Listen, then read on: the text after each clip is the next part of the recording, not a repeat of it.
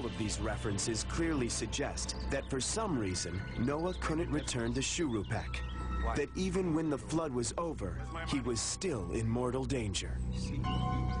The most likely explanation is that many of Noah's creditors survived the deluge, tracked him down, and were demanding their money back. Under Sumerian law, Noah could be forced into slavery to repay his debts.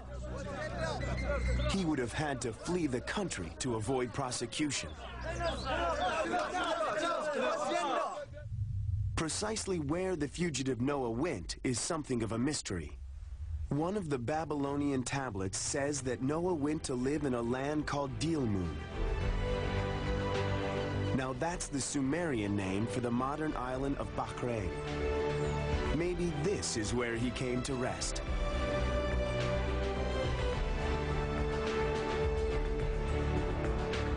That is where, after the flood was over, the Babylonian Noah was settled by the gods.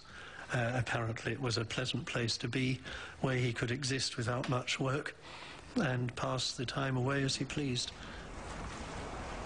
If he did end up in Dilmun, then the modern island of Bahrain may have a remarkable secret.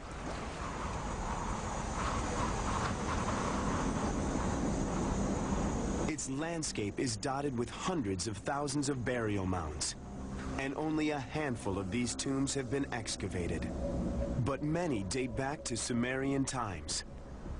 They are the sort of place where a great king would be laid to rest.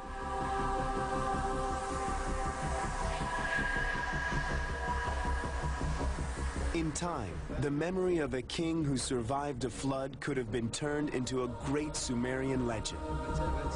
It would have been embellished with miraculous and mythological elements.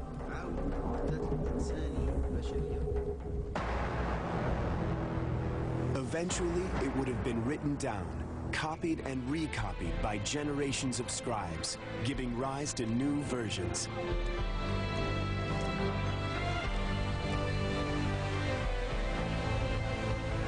2,000 years later, one of those versions, languishing in a library in Babylon, could also have come to the attention of the Jewish priests who wrote the Bible.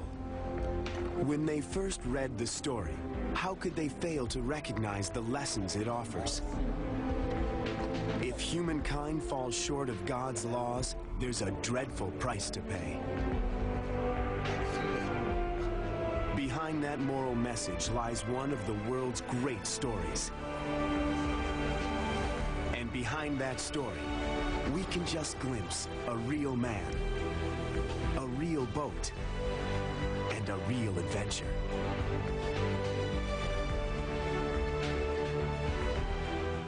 This has been a presentation of the Discovery Channel and the BBC World Class Television.